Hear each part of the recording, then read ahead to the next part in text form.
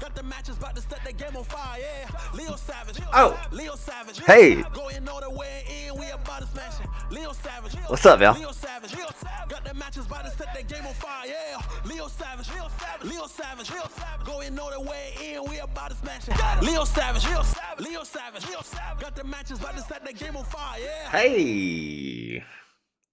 Welcome, my friends. Welcome to the show. Welcome to the Steel Mace. I don't know. What are we supposed to say? Hey, this is my first ever reaction video. You guys know what a reaction video is? A reaction video is where it's awesome. It's like I just watch somebody else's work and then I just comment on it. That's it. That's what a reaction video is. And they're super popular on YouTube. So we're going to do a reaction video. There's a guy named... Maybe I should just introduce you to the guy. Maybe I should just introduce you to the guy. Maybe. Give me a 3, 2, 1. You guys ready? This is going to be fun, by the way. I'm expecting nothing but an awesome time. Let me see if I got this. Bam! There he is in all his glory. Ladies and gentlemen, let me welcome you to Fred. Welcome you to Fred. This is Fred, and he is a fireman. He does a lot of fireman stuff. But before we do anything, Fred's got a podcast. Okay, does a podcast, and he's like on approaching 200 episodes. And I subscribe. I listened to Fred's podcast. So he did this very, I don't know what to call it. He did an exciting episode on, I guess if you're in the Mace community or have been for a while, maybe you've thought about. Before we do anything though,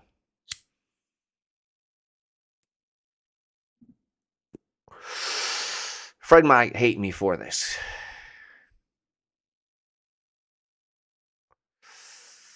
You want some? There you go, buddy. There you go. Yeah. Just breathe it in. Yeah. I didn't know he was such a fucking pothead. Oh, what's that? Oh, you want another one? You liked that. This whole time you were a firefighter not inhaling smoke. Look at you now.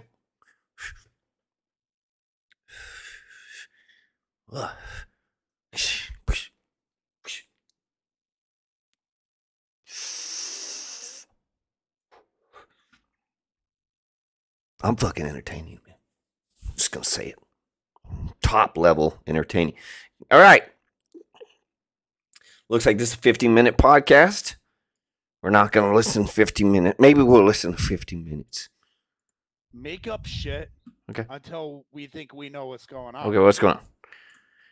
Okay, so go ahead, Fred. You get it. In this podcast, we enter into the realm of imagination because that's what we're going to do when we don't have all the facts. So we're going to make up shit until we think we know what's going on. Don't we all love to do that? I mean, come on, think about it. In this world, we start making up shit in our heads. I just recently did a podcast where I talked about how to be braver, and within that rundown that I did, what I said was we're gonna make up shit in our head, right? We're gonna when we start to get nervous about something, Mm-hmm. and we start to psych ourselves out. Yeah. What are we doing most of the time? You're right, guys. Fred's getting a little nervous here. Maybe he's not nervous, but I think he also. He's going to need another. Take a big one. This is what I do when I'm preparing for a long speech.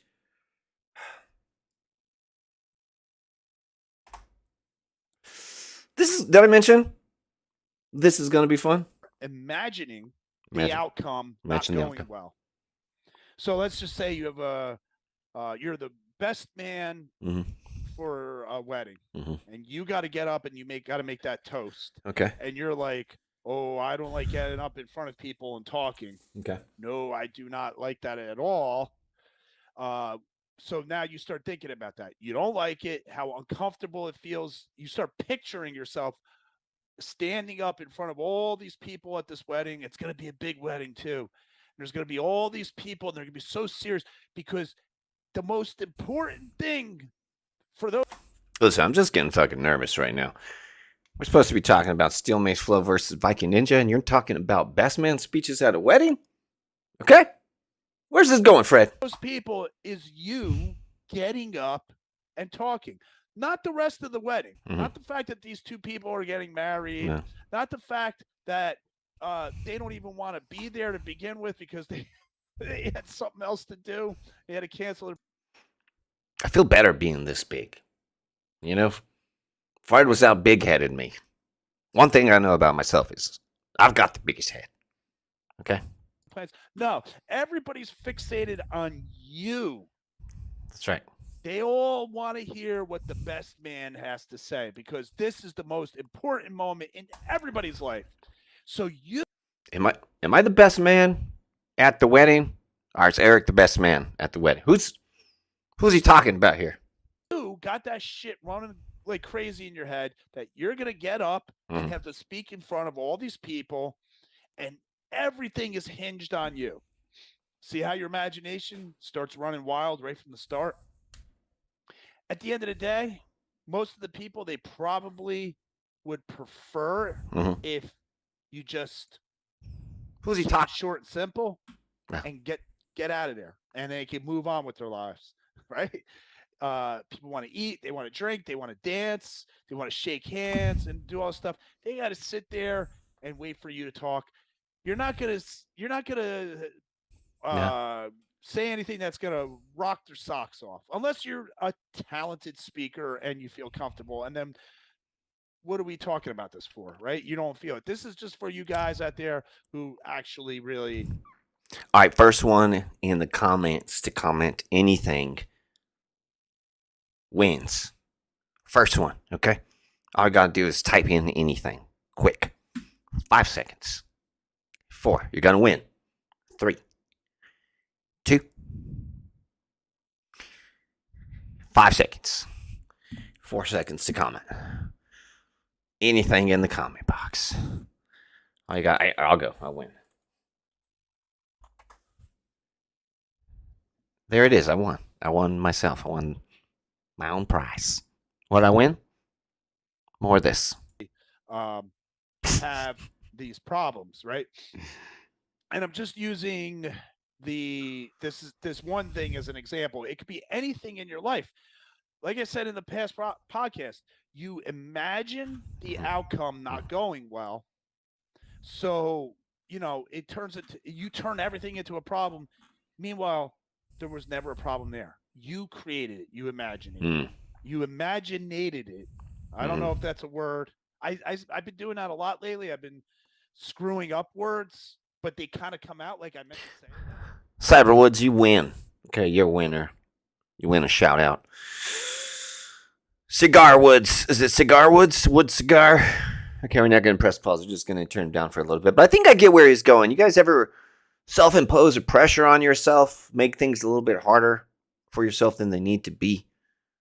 The saying is, let your imagination run wild. I want to actually more gander into more of what I was talking about, and you didn't see that particular podcast episode. I'm going to just pull it up on my phone. Okay, do it. Because I don't remember the number. It wasn't that long ago. Let me see. Okay, so episode 168, How to Be Braver and Save the World. Okay. That's what I typed. You guys get that one? I could do that. It's my podcast. I'm allowed to. You guys get that one? 187, How to Improve Humanity and Take Fear Away from Las Vegas by Fred. Fred's got some good stuff, man. I know it's a Steel Mace Nation podcast, but They talk more about Mace. I just think it's characterized around Mace. being courageous. And really, it was a good podcast for me. I think what he's talking about right here, because he's talking about being courageous, is he's definitely talking about me. Okay, all right. That's what this tattoo on my shoulder means. It says the most courageous guy out of Viking Ninja and also Steel Mace Flow. That's what that tattoo means. So, are you guys aware of the whole thing that happened with Steel Mace, where Steel Mace Flow came from, where Viking Ninja came from? Who's Viking Ninja? Who's Steel Mace Flow? I take it for granted that everybody knows, but then I kind of talk to people on social media, mostly through Instagram DMs. I mean, there's people that don't know who Rick Brown is. They don't know who Jake Shannon is. They don't know who Leo is. They don't know who Eric Isak Maland is. They don't know who Fred Moore from the Steel Mace I know all those dudes. Okay. Nation is. I feel like I know everybody, right? And I kind of do because it's my job here at Steel Mace Nation to know who's in the community and to interact with them. And it's quite a job. I'm very active with that. The behind the scenes is crazy.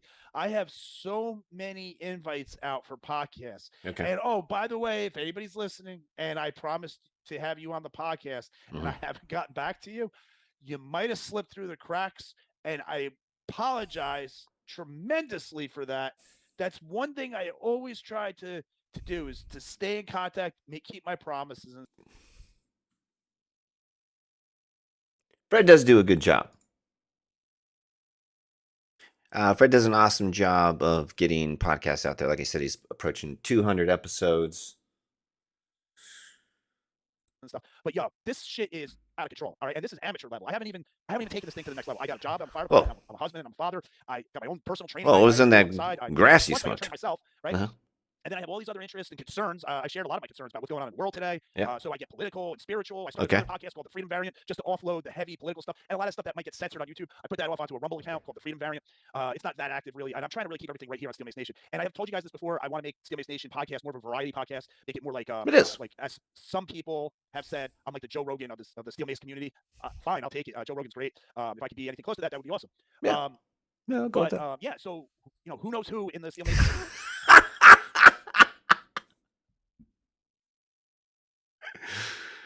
I really want to talk super fast, so I'm going to talk really slow. Just fast forwarding a bit. Industry is basically what we're talking about here. And, I want to imagine something. Just for the fun of it.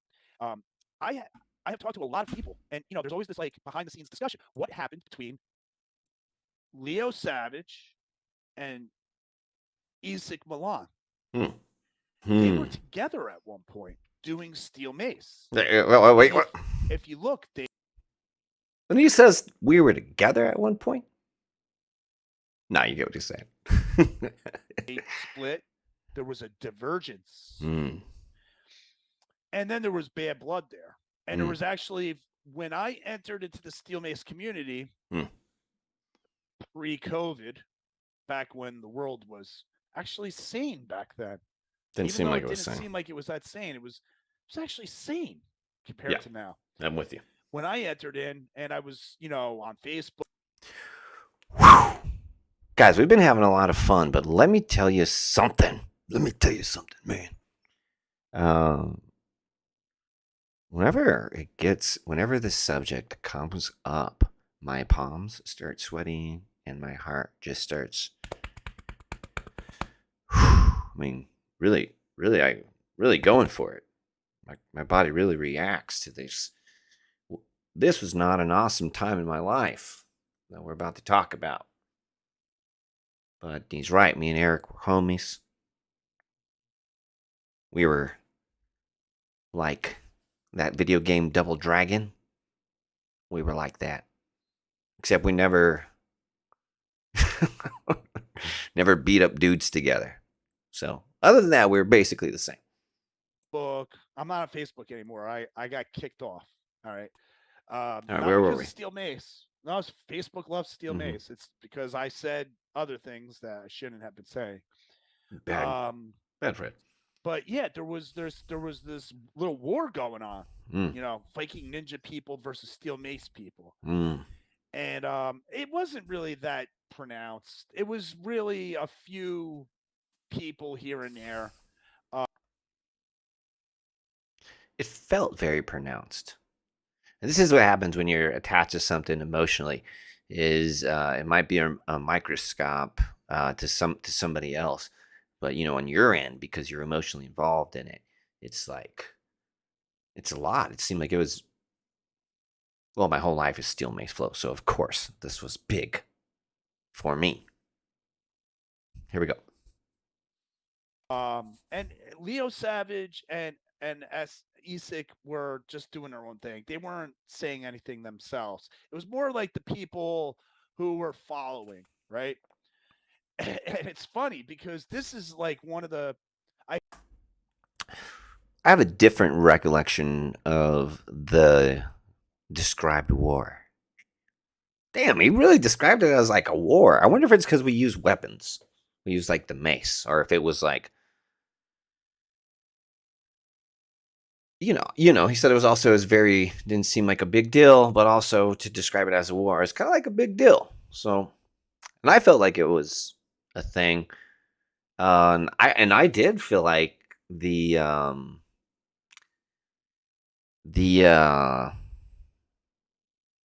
the friction between us came from the top down, and I take credit for that myself too. Like when I was in martial arts, you just honor your sensei, like you got sensei's back, and yeah, I'm not going to get too much into it, but I felt like it was the leadership, and I reached out 100%. I actually just screenshot my efforts to get things working out. I actually tried my damnedest to talk to the at a time there was like a Viking ninja team. This dude Zane's wicked cool. This guy TJ. There's like another two dudes, Mike, another guy, can't think of his name, but they were from MSP. But I try to have phone calls with Zane, just to like, bro, what's going on? There was no war between, in my opinion, Steel Mace Flow and Viking Ninja. We never disowned anybody for swinging Viking Ninja. We encourage everybody to try all the different mace styles. We've never pushed anybody out for practicing Viking Ninja. I'm gonna say it. I got a lot of respect. I have a lot of respect for the students of Viking Ninja. Number one, I have a lot of respect for the coaches of Viking Ninja. There's new coaches now. Those coaches left. They joined up with TacFit, and and then of course I got a lot of respect for Eric Isak Milan. That dude's super talented. I got a lot of respect for all those dudes. Steel Mace Flow never was at war with Viking Ninja. Period. We've always embraced our Mace brothers. Open heart. We've always been. There's a difference between standing your ground. All right? Stand your ground. It's different. You're not in a fucking war. Okay? I love what Fred's doing here. I really appreciate this. And I don't know what this conversation is like from the outside in. I only know what it's like from the inside. So, let's get it. Back into it. I've talked about this. I've talked about this on my podcast. I've been a guest on other podcasts, and I've talked about this. It looked like when I first entered into the steel mace world, I'm like, okay, so there's this flow stuff. You do this, you do an uppercut, you do a lunge. Wow, it feels like a kata, feels like martial arts. And then I start looking deeper. I'm like, oh, there's wait, Steel Mace Flow, but then what's Viking Ninja? Who's that? Wait a minute. They look like they're doing the same thing. Aren't they doing the same thing? One's Flow, one's Viking Ninja. What's the difference? Who has the better thing?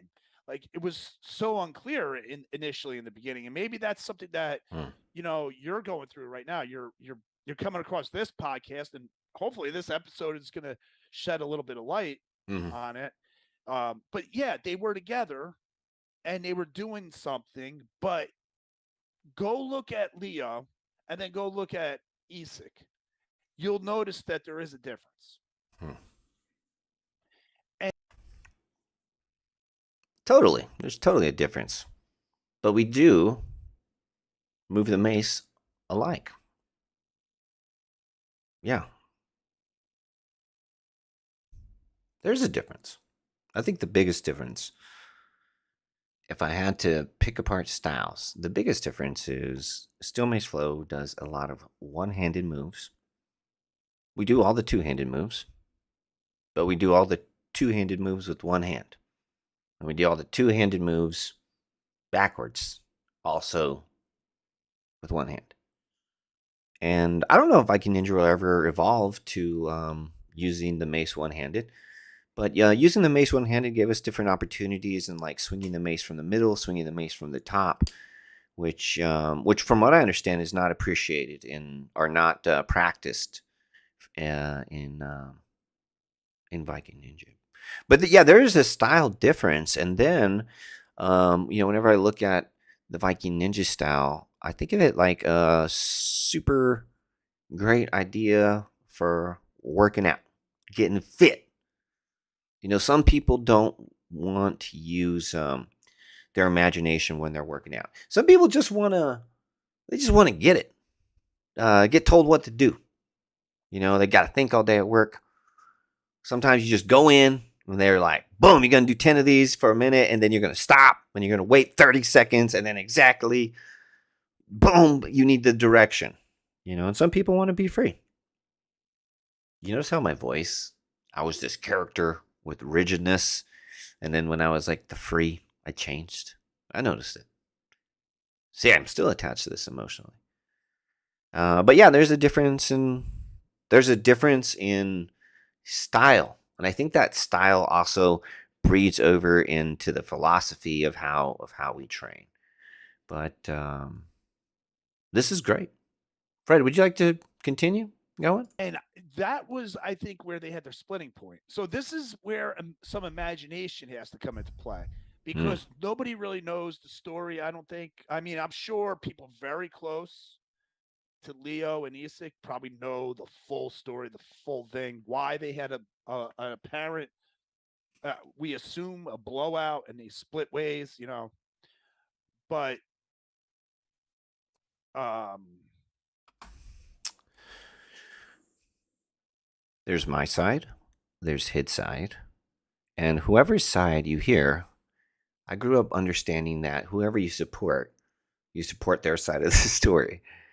And my version and Eric's version, I'm sure there's different versions in which each of us were virtuous. I'm virtuous in my story, he's virtuous in his story, and yeah, there's nothing wrong with that. But then if you were to know both of them and then make up your uh, own story, I wonder what that would look like. And I think that's what I think that's what Fred's doing here. But whatever happened between us, there's just as far as it goes to different styles, I understand and appreciate that we are all, every Instagram influencer, coach, uh, everybody out there who's making an effort to teach somebody a new skill or help somebody hit another level of fitness. We're all doing the best we can. And so, regardless if it hurt me or not, or was against my philosophy, I've always thought that the people that were in Eric's hands were in good hands. And you know, a lot. I just want to say a little side note here. I may be just ignorant. There may be. It might be well known out there. It's not like I I don't go think it out is. and try to hunt down this story. I kind of don't care, but I kind of do because it would be nice to have some clarity. As I do a podcast because I think he cares. I I think you care. And you know what? I'm coming in for a kiss, but thanks for caring. You did a whole podcast about it. I think you care. Guys, you think he cares? Comments? Let me hear it. Does he care? I want to contain the history, right? Which we're going What happened? to be talking about the history of the Gadaha. Ah. We're going to be talking about the history of where the steel mace came from, all that stuff. It's been nibbled around the edges before on this podcast, but I'm going to be doing a full on in-depth interview of the big players. Hopefully we'll see who we could get on. I want to get as many of the big names as possible to so we could put a pin into the history line of Gada and Steel Mace, and so we understand where it all comes from. So definitely, you know, we've talked about Jake Shannon. He brought the Steel Mace to America. Then you got the steel mace floating around. I guess on it started making them, and then Leo comes across the steel mace. He had already been training with sledgehammers, so he already had like a system. But he had like an inferior tool. If you really think about it, if you ever used like an 8-pound or a 10-pound sledgehammer or a maul, MAUL, it's very weird to use. It definitely does not move in your hands the way a 10-pound mace does. So it's crazy, you know. I had Leo on twice. I don't know if I'm ever going to get him back on again. If I do get him on again, come on. I do want to find out really more about that moment in time when he comes across that mace and he's like, oh shit, this actually this works way better, and I already got the system. Because if you see old video of Leo, he's moving around with this 10-pound sledgehammer, and it's like 8 pounds. Got to be like a few inches shorter. Yeah, 4 inches shorter. Awkward using, right? It's got the oblong head. The handle's Definitely super light. Look, right? he knows what he's talking and about. It just doesn't have that the smooth feel that you can get. And when he knows what he's talking about. The mace is made. This mace that we use, the modern mace that Amit redesigned, is made for your hands to slide on it into transition. It does have knurling, so your hands know where they're at, and if you want to, you can slam the brakes on. But the mace is actually even painted flat rather than with a gloss. If you've ever slid your hand down a anything painted gloss, your hand sticks to it, or something that doesn't have that like semi-gloss, something that's flat in color, your hands slide down it. And so, yeah, Fred's 100% right. All of this, even just for making it up or knowing what little he knows as he described, he's nailing this. He's very accurate. a mace landed in Leo's hands, he must have just blew up like, oh my god, and then it opened a whole other I went nuts of possibilities. I went fucking nuts the first time I got a mace in my hand. I went from working out, the concept of working out, and however that long they were usually like hour-long kickboxing sessions or hour-long wrestling sessions. Why? It's always an hour, but it went from an hour to 3 hours. I mean, and with very little change other than being excited. But yeah, I was in a whole new world, to quote Ariel, our favorite redhead from the sea. And see, I don't know where he was at the time when, in relation to Isik. Okay, Isik was there too, apparently. Also, besides Viking Ninja, you have Steel Mace Yoga, which is offshoot that came after the Viking Ninja thing was getting together. It was just noticed you could work out with a steel mace sort of more ballistically, I guess, for lack of a better word. I say ballistically, but sometimes I make fun of that word because when we talk ballistics, we're talking about like shooting guns. So I don't know if that's a good word, quite frankly, but we'll just say it because we can do that. We can just say words. So yeah, so there's that steel mace yoga, which I think is fantastic. Yoga's cool. I Still makes yoga in the I house. I'm the type of person that needs yoga in my life, and I don't do it enough. And if you put a steel mace in my hands, and I start getting those stretches in.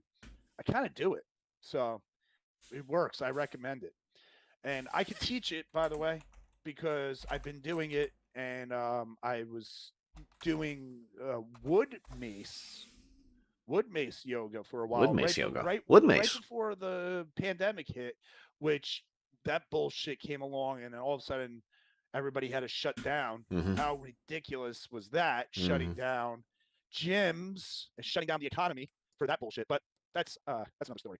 But yeah, so then Leo and Isak were in there messing around with these maces, and he came up with a system. But I think if you go look at the videos of these guys, you'll see where the difference is. Leo takes it to a whole other level. And Isak, he's more boxy Look how cool it spells Isak's name. Isik. Isaac is more boxy. with it, which is really kind of like me. I'm not the kind of steel mace flow guy where I go into the realm of where it looks more like I'm doing a dance. Flow doesn't have to be dancing. All right. Flow is a state. Like when the Olympic weightlifter hits his world championship lift, he's in flow state. Only for just a bit. He does this crazy series of movements. His coach pats him on the back and he says, beautiful. That was a beautiful lift. If you've ever seen an Olympic lift, it started out by shooting their heels off at the ground, pointing their toes hard into the floor as they can. That way they can shoot their hips up into the bar, throw the bar up into the air, and then accomplish whatever type of lift they want. So even in the most manliest sport, there can be a point of the toes. Flow exists as a state. So there's that. Not because I don't like to dance and not because I have anything against it. It's just because I don't like to move that way. I have just different mindset. But that's what's cool. Steel You should do like some type of fucking barbarian, evil murderer flow. That's what you should do. mace flow, you can actually play the game that way. You could go wherever you want. You can do whatever you want. And really, if you're going to go into Viking Ninja, you're going to learn all the same stuff, lunges and uppercuts, everything. And then if you want to...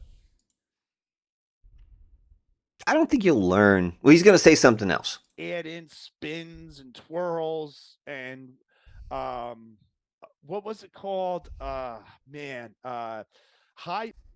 So we don't teach the same stuff. Oh, no, well, I don't want to say that. We do teach a lot of the same stuff. We just don't.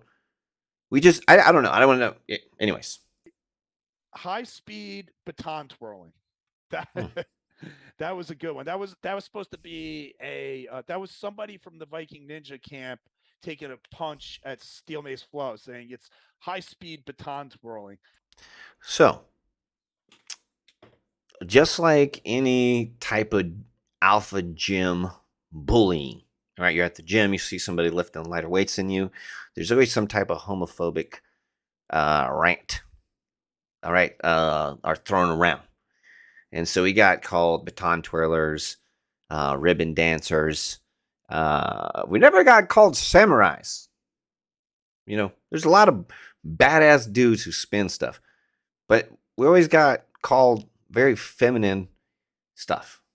Not to say that dudes can't twirl batons. Whenever we were getting harassed about in this way, we made it a practice to laugh with them instead of fight with them. Every now and then I would tell somebody get fucked though, because I really didn't like in my days we used to call it I don't want to say it.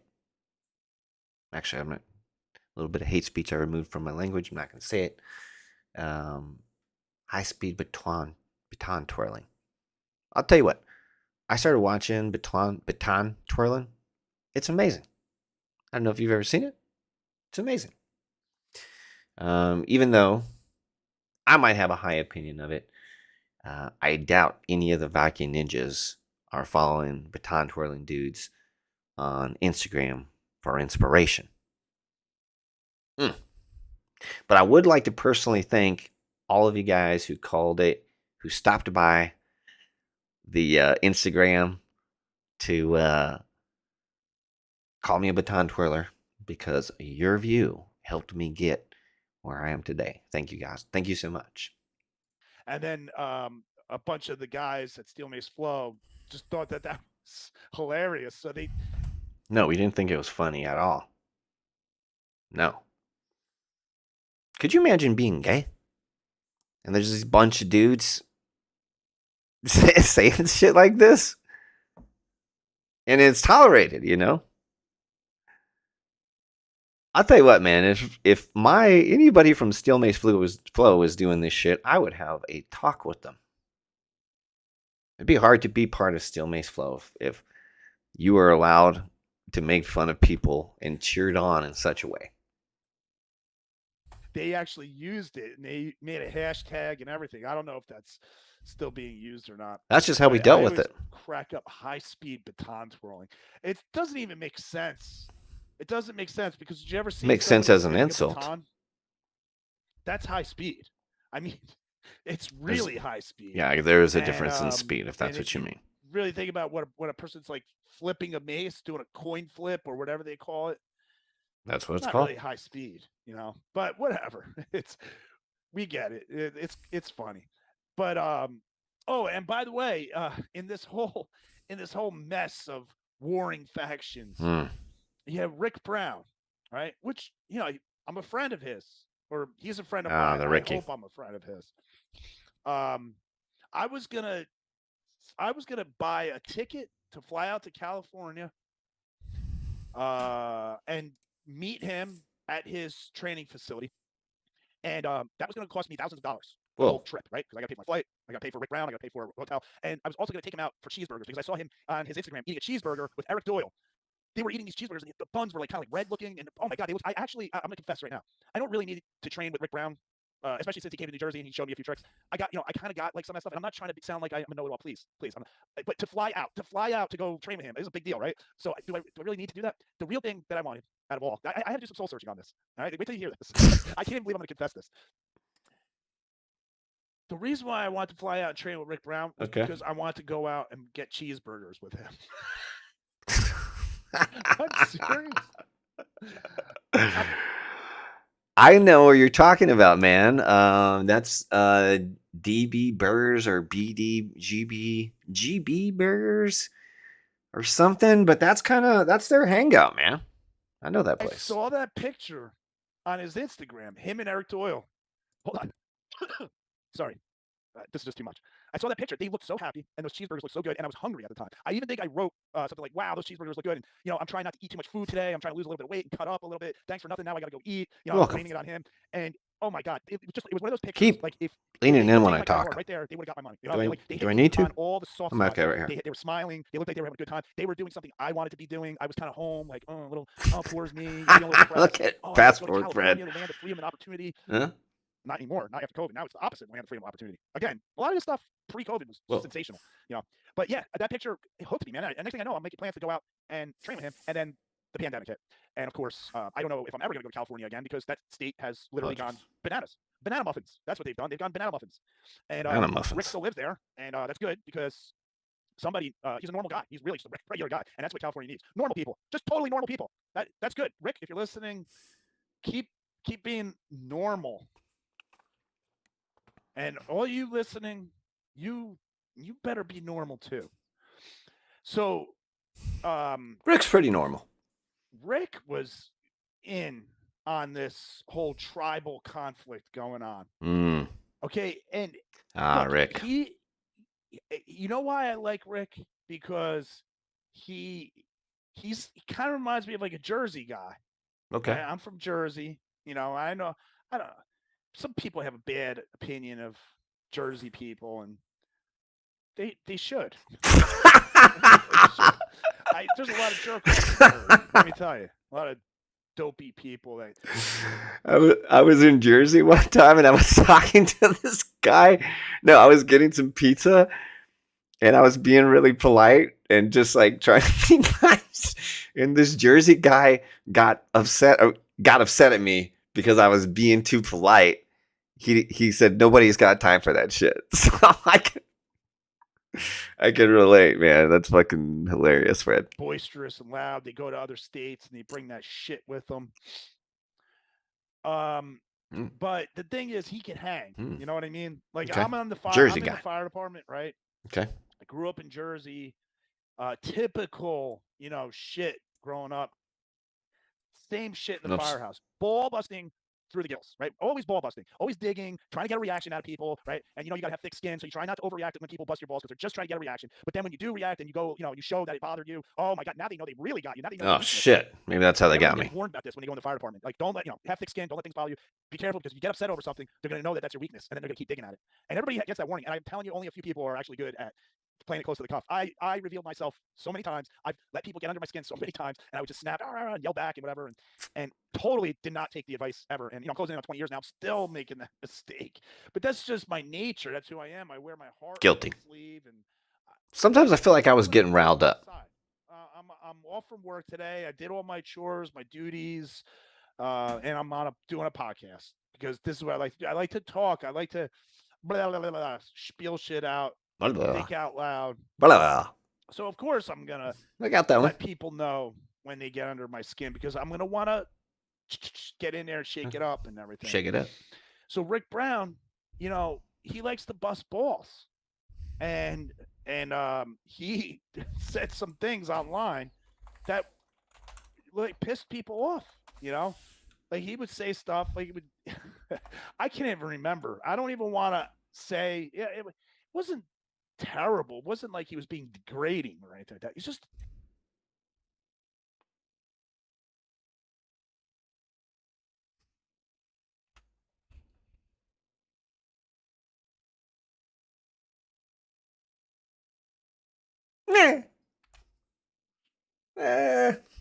debatable. so I recommend it. And I could teach it, by the way, because what happened? Where were we? And Hatchet has been buried. Talk about that. And I think people have asked them, like, are you guys doing this on purpose? I'm like, hell no. That came with Rick. That it was all part of some grand elaborate plan. Where were we? Shake it up. What the fuck happened?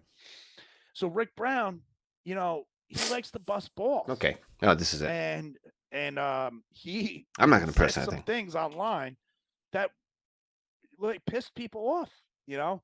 Like he would say stuff like he would.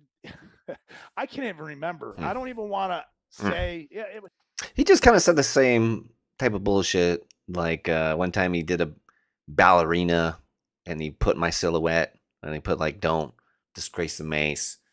And there's always like some very alpha type thing. I don't know. He said a bunch of weird things, and but this is good. I didn't know this about Rick, that he was just having fun with us. He's just having fun. It wasn't terrible. It wasn't like he was being degrading or anything like that. He was just chipping away and busting some balls and just playing into this whole thing, right? In fact, when I say playing into it, you don't know how many people, and maybe those of you listening, this has happened too, who have followed it. We would think sometimes it was all on purpose, that the rift between Isaac and Leo, and then the rift then later that came with Rick. Rick started all this before me and Isaac had an issue. Maybe I'm the problem. Maybe I am the problem. Maybe my work. Yeah, my work was definitely caused some issues. Definitely caused some men to act in strange ways. Yeah, I didn't know. I guess I didn't really know all this about Rick. that he just likes to bust balls, and that's kind of his personality. And I deal with a lot of my students come to me from they're dealing with mental health issues, and so here I am coaching and trying to help people with sometimes severe mental health issues, and then I've got like these giants amongst men saying homophobic things about our practice, trying to belittle the way we use and the way we express ourselves. And so, and this was explained in conversation. I was there on the phone begging Mr. Brown to stop, explaining to him the situation. I just had a student try to end their life during one of Rick's debutante, too big a word for me, during one of Rick's episodes. True story. I moved out of that apartment because it smelled like Penny from the Bloods. It was wild. And so I did take it very personally. My students being attacked, my work being attacked. And I really felt kicked out of the Mace community. With the attacks. Anytime there was a anti-still Mace thing, the Mace community, which was still forming an opinion on the practice, was exiling me. I just wanted to play. Like the name Steel Mace Flow. I just said I didn't even like the name. One, I did not like it. I did not like it. I thought we were all doing the same thing. I thought it was just like we're playing guitar. Just like country, folk, dubstep. But all this was very difficult to go through. And some people like to cause chaos, to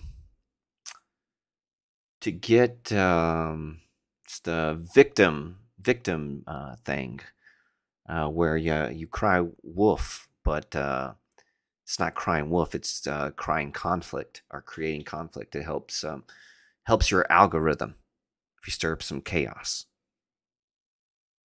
A little chaos magic. Shout out to Mr. Shannon. I never once orchestrated a beef with these boys. If anything, and the record is clear, I've done my damnedest to patch things up with the tribes over the years. It's in my posts. It's there. Shout outs, messages of love. It's there. That it was all part of some grand elaborate plan that they were like almost like WWF or WWE, right? Like it's just end controversy. But they're just creating. Could you imagine if we did? Could you imagine? Oh, the marketing genius behind that. There we are. Just, you go that way. I go this way. Eric, secretly, we're best friends. We have secret accounts where we like each other. Just, goddamn, we're high-fiving each other on the background. We got you. Controversy because everybody gets sucked into it. Yeah. They pick sides. Picking sides. It's just kind of random. It's a flip of the coin. Which side are you going to pick? You're going to pick the Steel Mace Flow side. You're going to pick the Isig Milan side. You're going to pick the Rick Brown side. You got to pick sides. It's a way to just generate interest and get things going and make it look like there's something there when there's nothing there at all. Creating chaos. Creating chaos magic. While maintaining order in the background. Yeah. Chaos magic, if you will, right? And, we would talk about that. And what are you talking? I think this is awesome. Ask them, like, are you guys doing this on purpose? Nobody's ever asked me that. Nobody's ever asked me that. We were chipping away at each other. You got a little rift. All that stuff is, I'm pretty sure, buried now. The hatchet has been buried, and I'm certain I'd say so. Trying I'd say so to bring it back up and reanimate it in any way, shape, or form. You know, negative energy needs to be pushed out. All I'm trying to do is remember history, talk about people, and all the fun stuff that really it's fun. It's just fun. This shit's important, man. This shit has not been done. All right? This what do I mean by that? This has not been done in a sense that there haven't been Mace tribes. And so there's some a lot of lessons to be learned here, and both in successes and both in failures.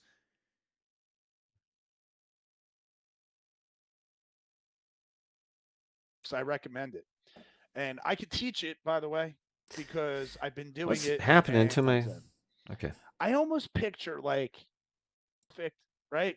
Nope, everybody's and Okay. you know, we would talk about that. And I think people have asked them, like, are you guys doing this on purpose? I'm like, hell no, we're not doing this on purpose. You know, we were chipping away at each other. You got a little rift.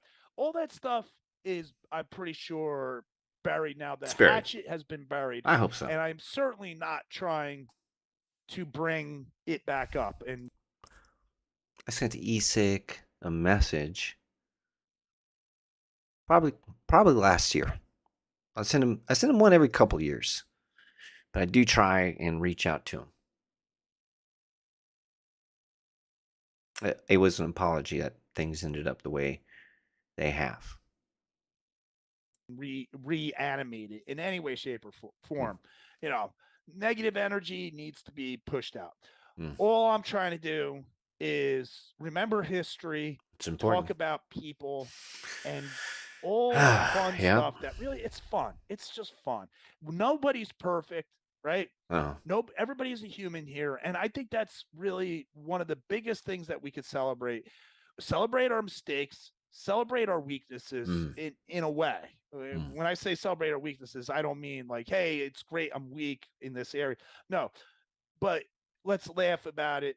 Let's recognize it. This is maybe a place where we fail sometimes, right? Nobody's really getting hurt, so thank God on that. But yeah, so these guys, you know, there's this whole turmoil going on between them, and it was hard to really figure out what happened and where it went, right? So I always picture, right? This is where imagination comes in. I almost picture like, this is gonna be good.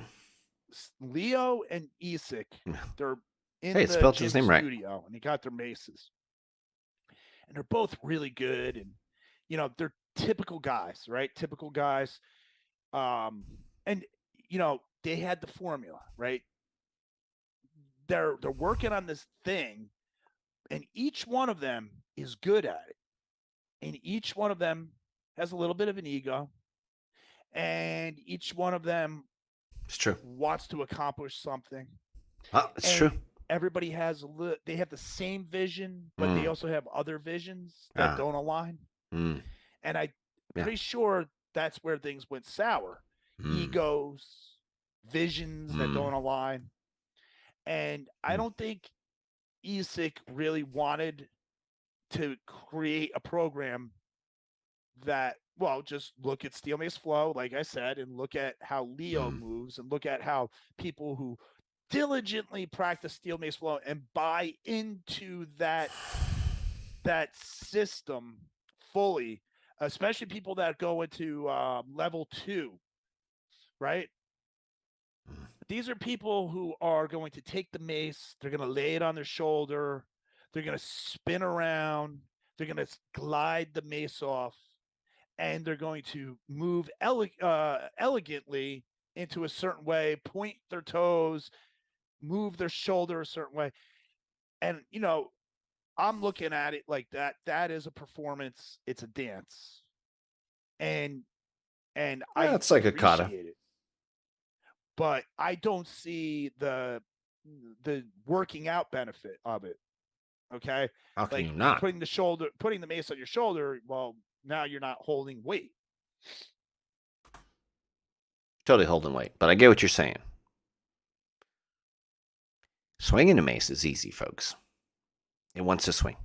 That's what it does.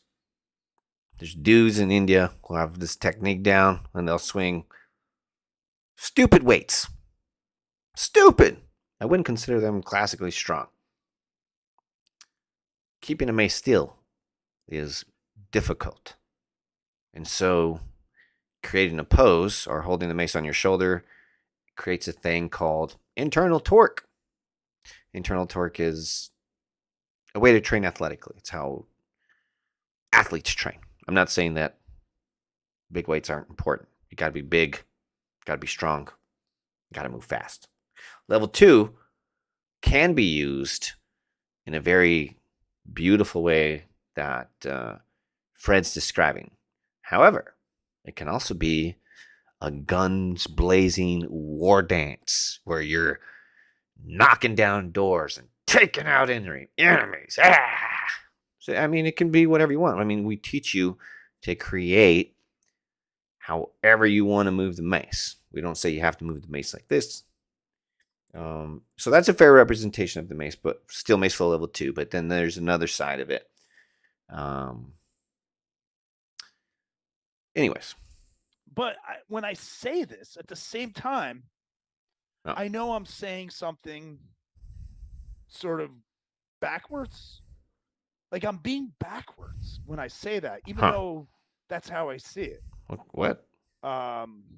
I love dichotomy, so I could do that all day long. I could be like, okay, like pointing this way while I'm pointing that way. It's just that's the way I am. But why am I can super relate. I love to see, even if I have a strong opinion, I like to see things both ways. And I hate to be in a conversation, or I hate to be in an argument with somebody, or a big sharing of differences and not be able to see it their way. That bugs me. So I totally get what he's saying about he doesn't see it as a workout. And that's just based off of histories and stories he's told himself and been told and trained throughout the years. But he also sees it for what it is, and that's appreciated. I'm being backwards is because if you think about a dancer, like my daughter, she's a dancer. She goes and dances in competitions and stuff. She works hard. When these kids are dancing, they are exercising. They're burning calories. Their legs are getting stronger. And it takes strength to move beautifully and elegant.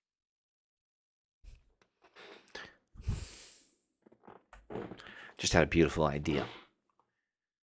Oftentimes, my students are parents. And oftentimes, they grow out of being cool. You know, your kids are embarrassed of your music or your style. It happens. Fred's described himself as a Jersey guy fireman. He's a tough breed. He's got thick skin, however. He does let his cards show if provoked the right way. Just repeating him. And his daughter's a dancer. I think Steel Mace Flow would be an amazing relationship tool. And I've seen parents who had a hard time relating with their kids, maybe because they got dorky, maybe because the parents or the kids just were at that right age where parents are embarrassing. But I've seen Steel Mace Flow connect and give new relationship life.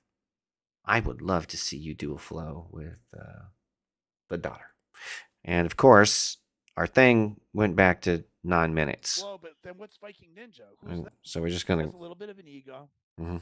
And each one of them wants to accomplish something. Okay, we're going back. We got. And everybody has. I'm not that good at this. Vision, but I recommend it. Oh. And I could teach it, by the way. The fuck? Because when I'm switching cameras. Precision and grace and elegance. I could be like. Okay, here we go. Pointing this way while I'm pointing. Apologies. It's just that's the way I am. But why I'm being backwards is because if you think about a dancer, like my daughter, she's a dancer. She goes and dances. Yeah.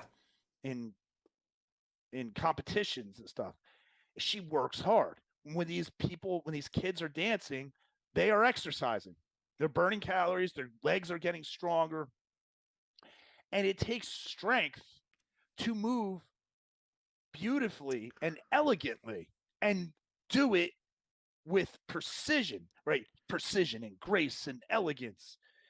It requires strength, maybe a different kind of strength. Yeah, Not different kind. He-Man strength. I'm just gonna pick up this shit off the floor and Different kind. fucking throw it over my shoulders. Mm-hmm. You know, that's a cool thing right there in of itself, but it's not the same thing. You don't need to be elegant and point your toes when you're launching 250-pound sandbag over your shoulder, right? Or when you're deadlifting 450, 500 pounds, right? You're not pointing toes. It's true. So a lot of us meatheads, we get caught up in that shit. And then when we see somebody with a mace gently gliding it around and moving it, You're fooled by how easy we make it look. What is that? We cut it off at the knees, and we treat it like it's some inferior thing. I've experienced that a few times. And that's sucks. That's where we go wrong with everything in life. Sucks if you're on the receiving end of it. People are stupid. I'm stupid. But I'm not that stupid that I don't realize I'm stupid. Me too. And that's my saving grace, I guess. What? I realized, well, wait a minute. That was top notch. I'm stupid, but I'm not stupid enough to know I'm not being stupid. That was good. That was good. We all make mistakes. We're all been dumb. All right. But I'm not dumb enough to not know I made the mistake. Well done, sir. Let me look at what these people are actually doing. I got a 10-pound mace. Let me go do what they're doing first. So grab that mace and I watched the video. All right, let me try it. It's actually very hard what they're doing. Yeah. This is going to take some practice on my part, especially if I don't want to look so like. Fun game at home right now. If you're playing, write down one of two categories. Write down a Viking Ninja side. Viking VN. You just write down VN, do a line. Another side, write SMF, Steel Mace Flow. And then I want you to write down the students that you know of those systems. Go. Clunky and garbagey when I do it. I want to look good like they look good, right? I'm going to get up there with the mace and start doing all this stuff. Meanwhile, I look like I'm shitting in my pants.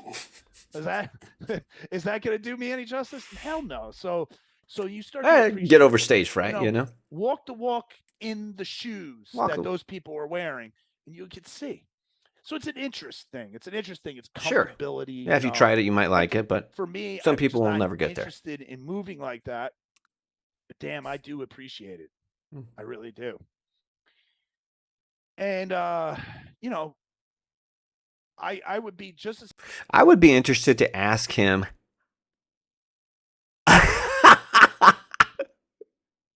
Sorry to catch you like that. If I had another joint, I would slip it to you.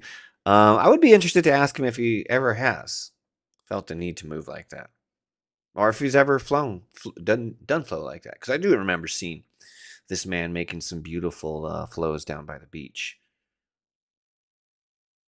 Happy training with Leo or Isak, right?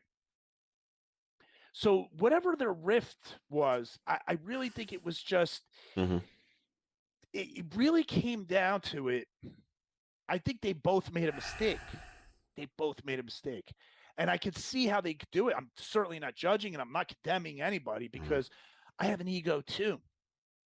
I do, and I could see where I could easily have been like one of those guys where I don't want to budge. I don't want to, follow the other person when I think I'm the leader. You know what I mean? Can happen to anybody, right?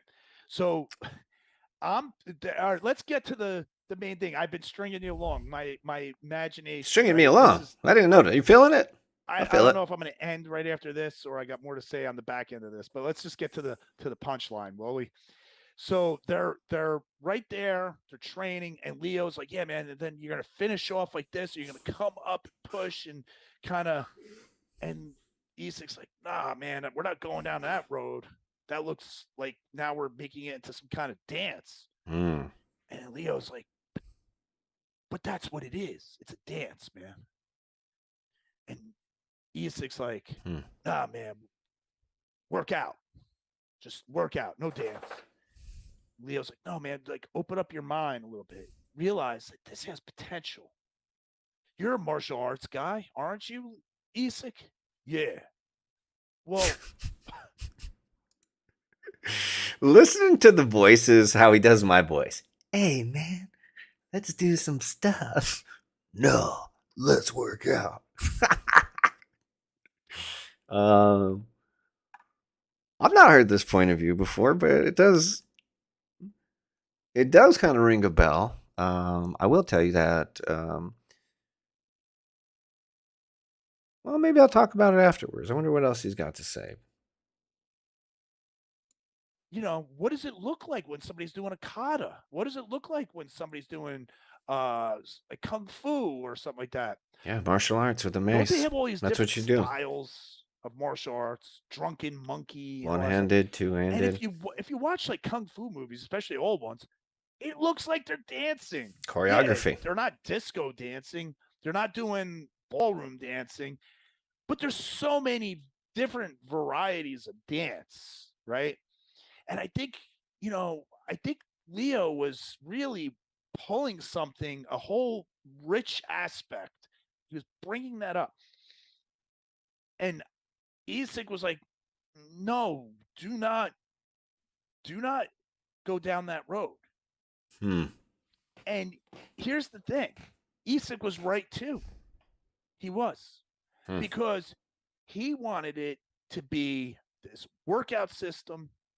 He wanted it to be something boxy, front lunge uppercut, reps, getting those reps in, right? How does this translate over if I'm in a fight? And Leo really was on the road he was on this expedition, exploring into the vastness of Steel Mace. They were both right, but they were both wrong. Dichotomy. Oh. They were both clever, but they may have both been a little bit ignorant and stupid. Easy for me to say. I'm just sitting here. Man, nothing like hearing the truth, seeing the truth, feeling the truth. God, was I stupid. Eric never told me not to do my thing.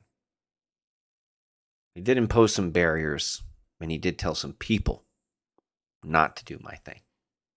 It's part of his philosophy, his effort to help protect his, not his brand, but, Eric's a good fucking dude, man. He always, in the time where we were friends, we weren't good friends. We didn't hang around each other.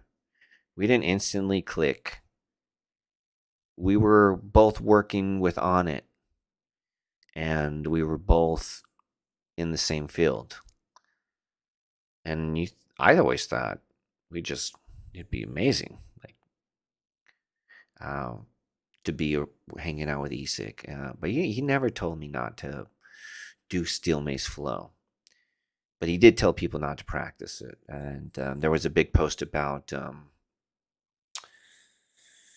hashtag no flow zone. And that could have been either the protecting thing or the protecting a student thing, or just saying, hey, this is what we do. However, the comments that came after that in the post were very us or them, And that from that day forward, and it's probably different now, but if you went to a Viking, I'm sorry, if you went to a Steel Mace Flow support, like if you supported Steel Mace Flow, if you did Steel Mace Flow, if you, God forbid, you went to a Steel Mace Flow certification, you would get kicked out of Viking Ninja immediately. There were some coaches who worked for Viking Ninja. This awesome dude named Blake, who left Viking Ninja because of the well, a lot of things. He mentioned several things, but one of the biggest things was the way that they were attacking me and my students. But I can't say. And then there was another time. There was the biggest time, the ultimate throwdown, that where there was the split, where um, I'll just say this, going into whatever's happening here for the next 10 minutes or so. I was Eric's biggest supporter. I mean, I went to anything that dude did. I practiced his the aspects of Mace that he liked. And Eric only asked, I think he only asked me one. I asked him how I could help, and he said, practice the basics. And I was like, dude, I'm the king of the basics. That's all I do. I mean, maybe I don't post basics, but who wants to see me doing a switch squat? You know? For me, the mace is always a weapon. It was always martial arts. And so that's, the weapons I do are the movements I have come from a martial arts background. And the dancing, the emotional part of it was an undiscovered treasure, like as he's talking about going into the vastness of it. It's funny because I always saw myself creating martial art, which is art, but I was dancing. I was expressing myself and using the mace to create a practice of healing that I would need much later in life. Well, not much later, almost immediately after, I think would be the most accurate. Yeah, but Eric never told me not to. And we were both right. And we were both wrong and stupid and arrogant. We both had egos. But who doesn't want to have an ego or a self-image or a way that they see themselves? This isn't, this is, as aforementioned, this isn't to stir up anything, and I think the hatchet's under, how did Fred say it? The hatchet's buried. What the fuck does that mean? Buried the hatchet? But this was sad, man, going through this. I wanted to be part of Viking Ninja so bad. So bad. And I was strung along a little too. And I don't know if Eric wanted me to be a part of Viking Ninja, but the other men didn't want me to be part of it. That's what Isak explained to me once we talked about it. Eric was never really good at communicating his wants to me. I did bring it up several times because I did feel the rift coming up. I did feel it. On it, when I went to on it, because this is never about Isak. This is never like when I went to on it, it was because they offered a certification in the steel mace. The place I was working at, you needed to be certified in whatever you're teaching. So me, I had this repertoire of moves. I had people who wanted to learn, but if I didn't have a certification, I couldn't teach. And so that's a lot of how me and Onnit started corresponding. Onnit wanted me to help out with their Mace program extremely early on. And so I dedicated myself to that life and helping raise awareness for Isak and his brand. And I would take my students to Austin. I didn't live in Austin always, to get certified at Eric's. I was a huge, huge supporter of Eric. But yeah, there was a rift coming up. And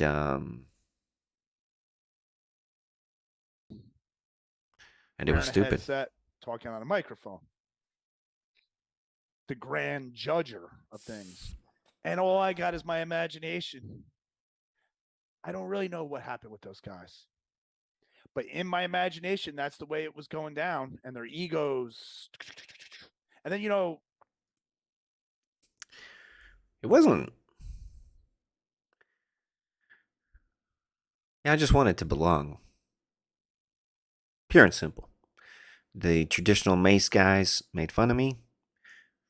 I couldn't hang out with them. And then the Viking Ninja guys said, we don't flow. And so I couldn't hang out with them. I just wanted to hang out. I never wanted any wars. I never wanted any of this. This is horrible. You mentioned that we were both right. Also, the dichotomy. I was talking politics with a friend, and he says, you know why we have a red side and a blue side that never agree? Because if they agreed, we wouldn't have choice. And because Eric selected his style, and I had my style, and it would appear that the one-sided war, in my opinion, it was never a two-sided war. The one-sided war pushed the extremes.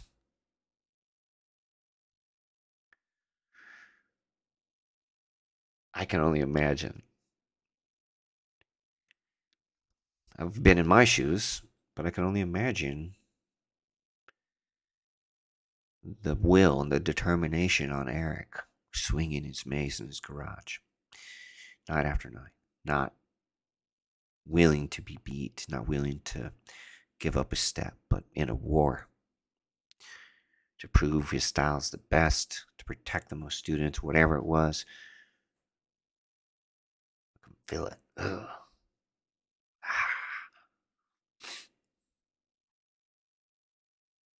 Yeah, I just wanted to be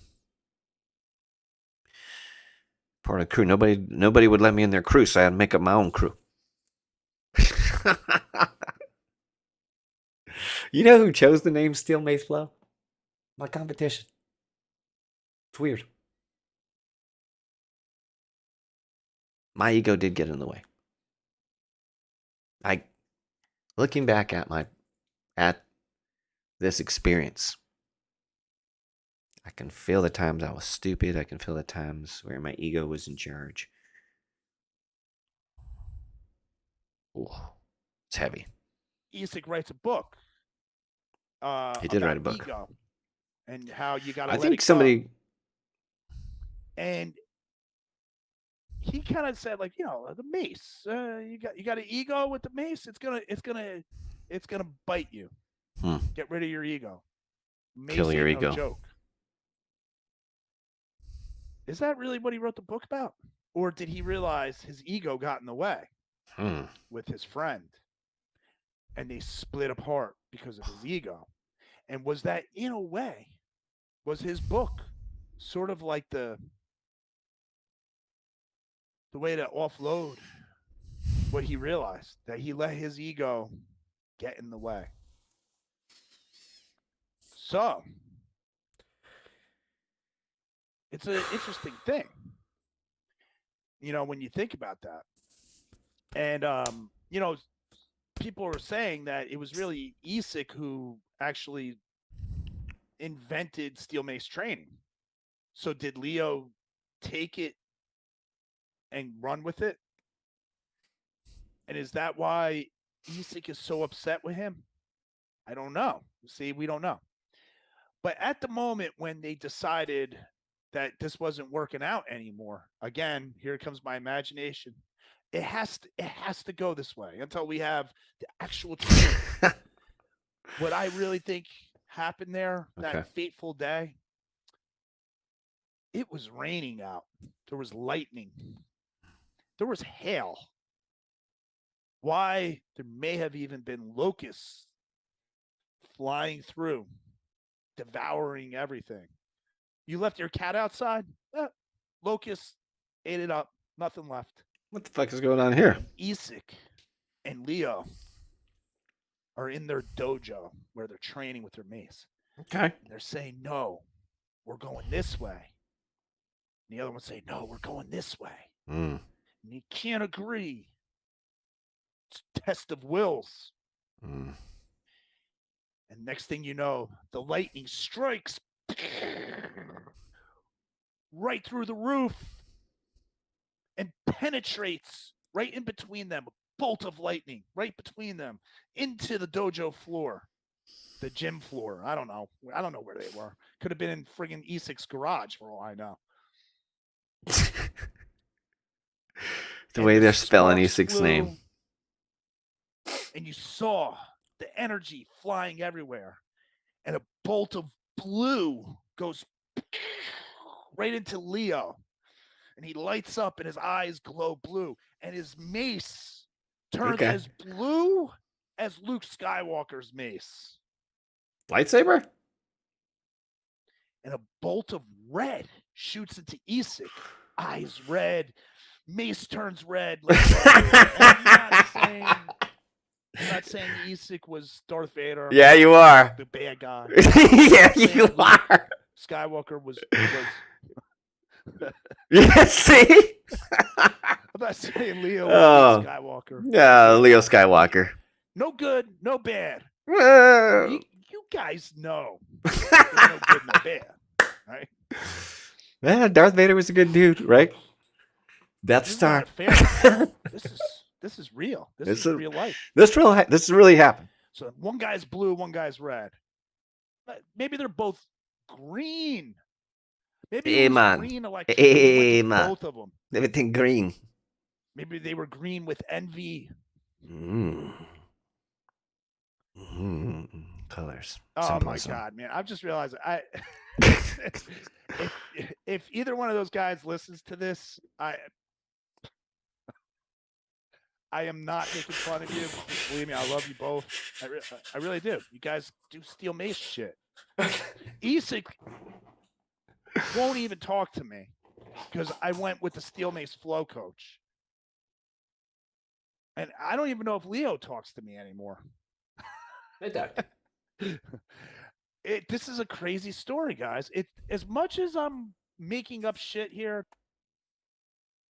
He did just say that he doesn't get talked to anymore because he got a Steel Mace Flow certification. Or because he tried Steel Mace Flow. Right? He just said that? I said that shit earlier. Nobody got kicked out. The Steel Mace Flow. Or the light side of the Force. I shouldn't be trying to make a point. But you made the point. I was highlighting it. Me and he's sick in a mace battle. Truths in here that are just, whew. So, what happens, Nate? They both light up. Did anybody know he was this much fun? Sparks flying everywhere. And then they go into this steel mace battle of epic proportions. Yes. Now remember, it's taking place inside. Okay. Well, a bolt of lightning already came through the roof and just... The roof's gone. Blew the roof off. We haven't even started. Is now on fire. Okay. Fire and lightning. Burning. Okay.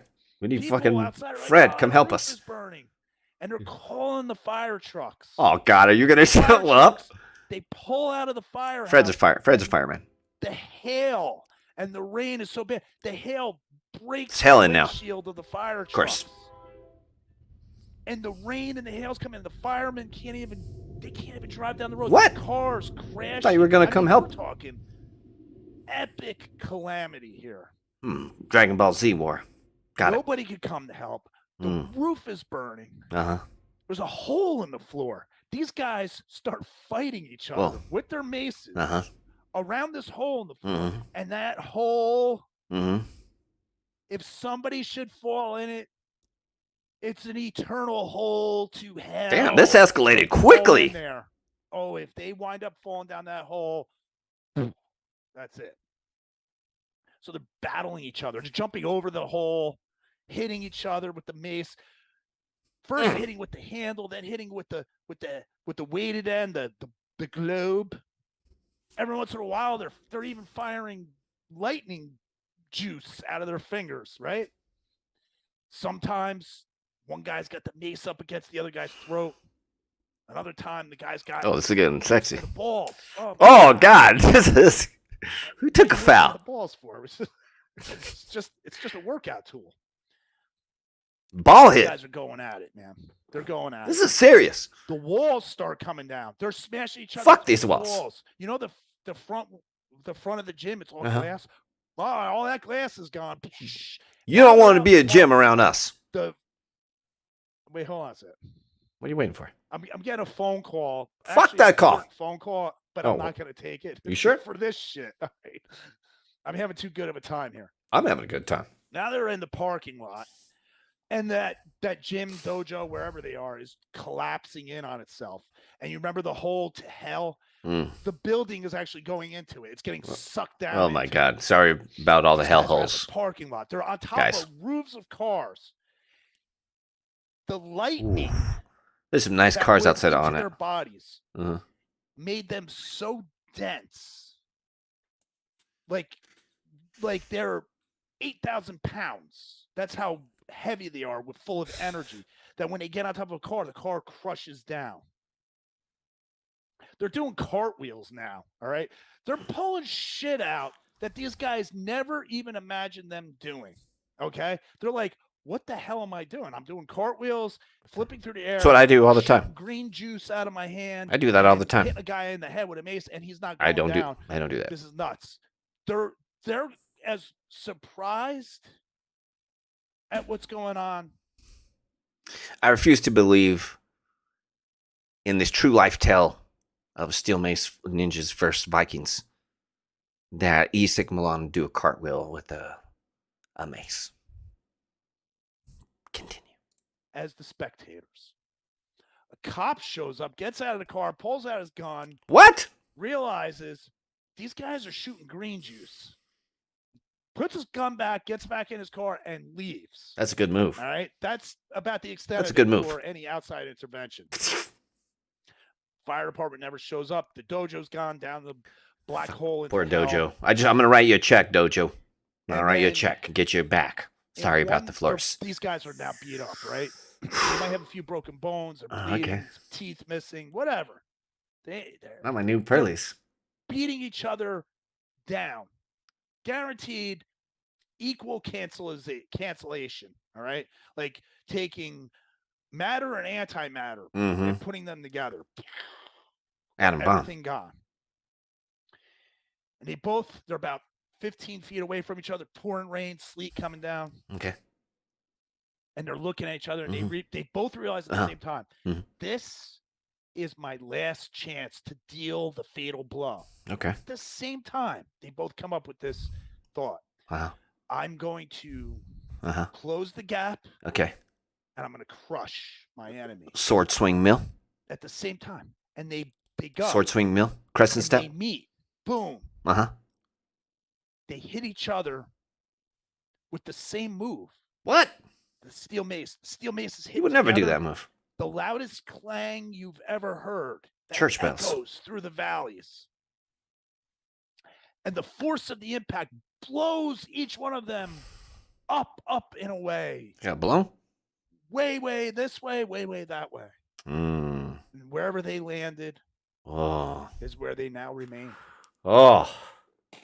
Nobody has ever seen them together again. And thus, that's how fucking nailed it. Modalities were born. Yeah, you nailed it. So realize, whichever one you pick, you're carrying on that fight. But no more fighting against the other in an act of aggression or betrayal. But instead, we fight each other in good faith as friendly competition. Competition makes us what we are, makes us awesome. We embrace that. We no longer shoot green juice. We just Smoke green. train with our mace. Smoke green stuff. That's my story on the whole thing. If anybody's got a better story than that, come on podcast. Let's hear it.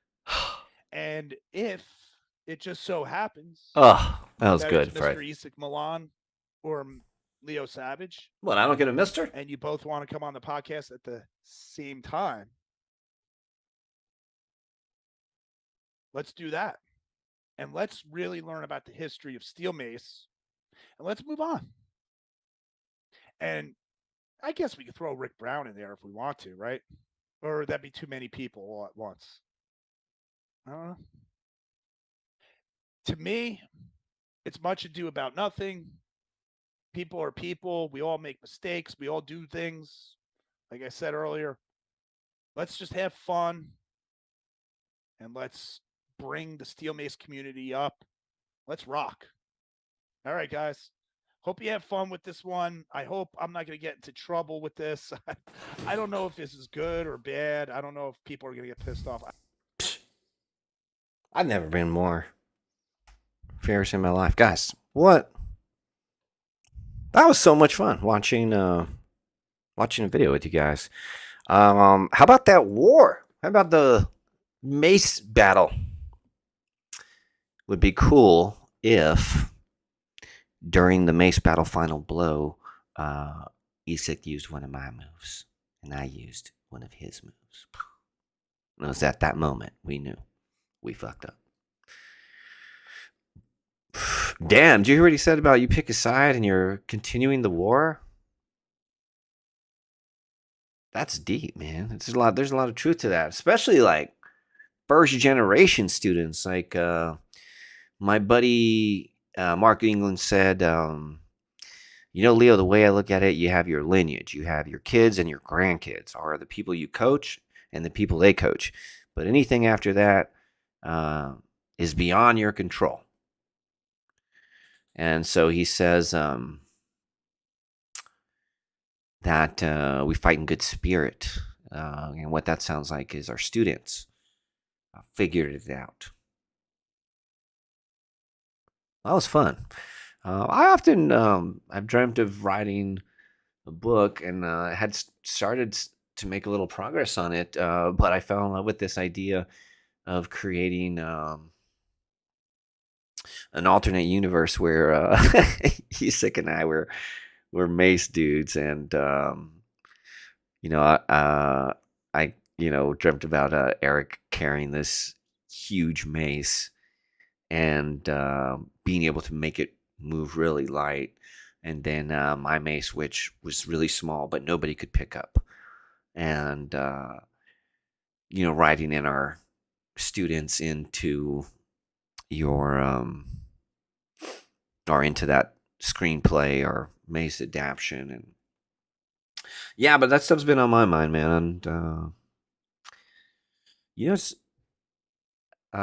so originally I created Steel Mace Flow as a different way to get fit. It was martial arts mixed with my fitness background, which I guess is the same thing. I don't know why I need to make those different.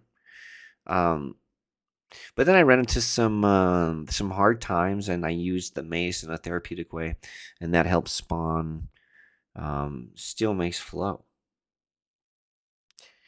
Yeah, and in that process, there wasn't really Eric's was like, you go this way, I go that way. But there was a moment where I had mentioned previously, and this is all my side of the story, which, if you guys are my supporters, take this with a grain of salt, because this is a two-sided story, and a very emotional two-sided story. Or I think it could be. I'm speaking for myself, so I don't want to put any words in anybody's mouth, but my recollection of things was I stopped bending at the knee. I stopped chasing after something that was never going to be mine. And I just had a lot of bad experiences, and I kept ignoring them. It's like, You see somebody in a unhealthy relationship and you want them to get out of it. I had a lot of people in my corner who wanted me to get out of that unhealthy relationship. And I don't know who was right or who was wrong. Apparently, we were both right. Apparently, we were both wrong. I will say, though, I ended up getting a job on it.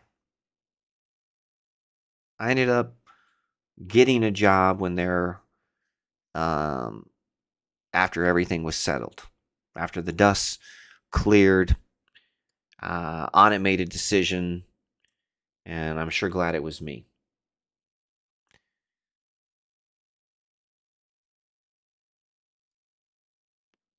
I'm sure glad it was me. I'm glad I had the opportunity to work with such an amazing company and have been in a position to elevate Mace Flow. And this thing hit me the other day. I'm going to get off after this. I'm going to get off. I promise. I've got some video games to play.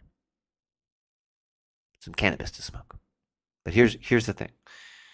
Man, I'd love to see you sick. I'm sure it'd just be a very distant conversation, but sure would love to. I was not the best. I have not been the best leader. I have not been prepared. I was not prepared.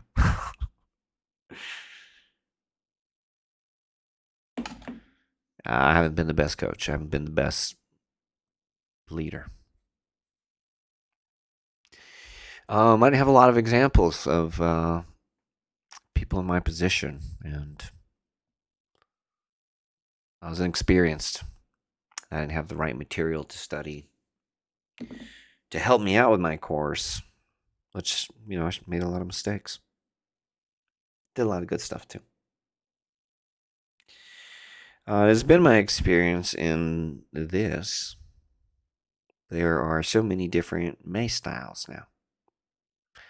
You have the three basic. You have traditional. You have Mace Flow. You have Viking, and then you have a bunch of other coaches who are teaching various forms of Mace Flow, called Mace Flow.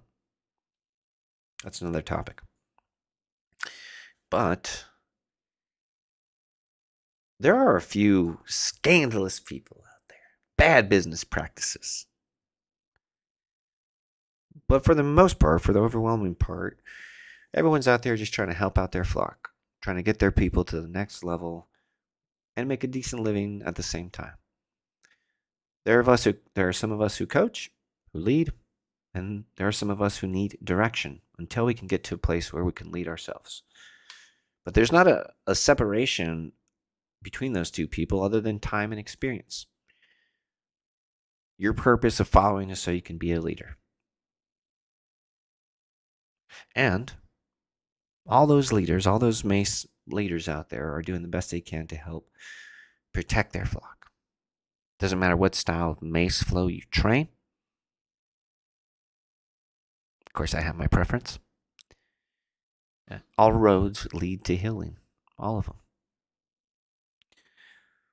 And it might be temporary. It might be a love affair for a year. It might be a 6-month thing. Might be going on. Fuck, my 9th year's coming up, y'all. 9 years. Is it 9 years? 9 years. Whoa. I've learned a lot. I've experienced a lot. I've only done this one thing. And what a journey it's been. Tomorrow is our 4th year anniversary of our first Steel Mace Flow certification we ever taught. And I taught that in Mr. Rick Brown's dojo.